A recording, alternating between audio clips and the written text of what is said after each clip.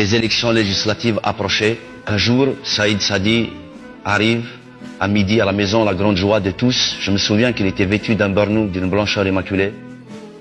Son directeur de campagne l'accompagnait. Je les invite tous deux à déjeuner. Au cours du repas, il m'a tenu des propos que je ne suis pas prêt d'oublier. Lounès, je t'en supplie, ne te mêle pas de ces élections. Toi et les autres personnalités culturelles, vous êtes nos valeurs stables. Ne mettons pas le feu à nos propres vaisseaux au milieu de l'océan. Songeons au repli.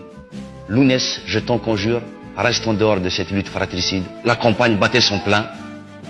Le soir même, le principal responsable FFS de la région débarquait chez moi pour me harceler de questions sur mon propre toit.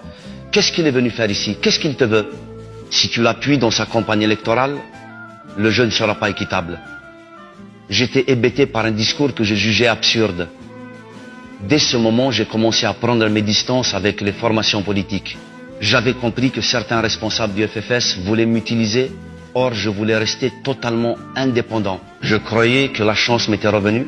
Je sortais de plusieurs mois d'hospitalisation, je revivais, je remarchais en boitillant, certes, mais j'arrivais à me déplacer sans trop de mal. J'étais sorti du cauchemar. En 1990, le destin en a décidé autrement. Pour une simple querelle de voisinage, tout a de nouveau basculé. Une route destinée à relier les villages voisins au siège de la nouvelle mairie APC était en projet. Bien avant ma première hospitalisation en 1988, les topographes avaient déjà vérifié le tracé.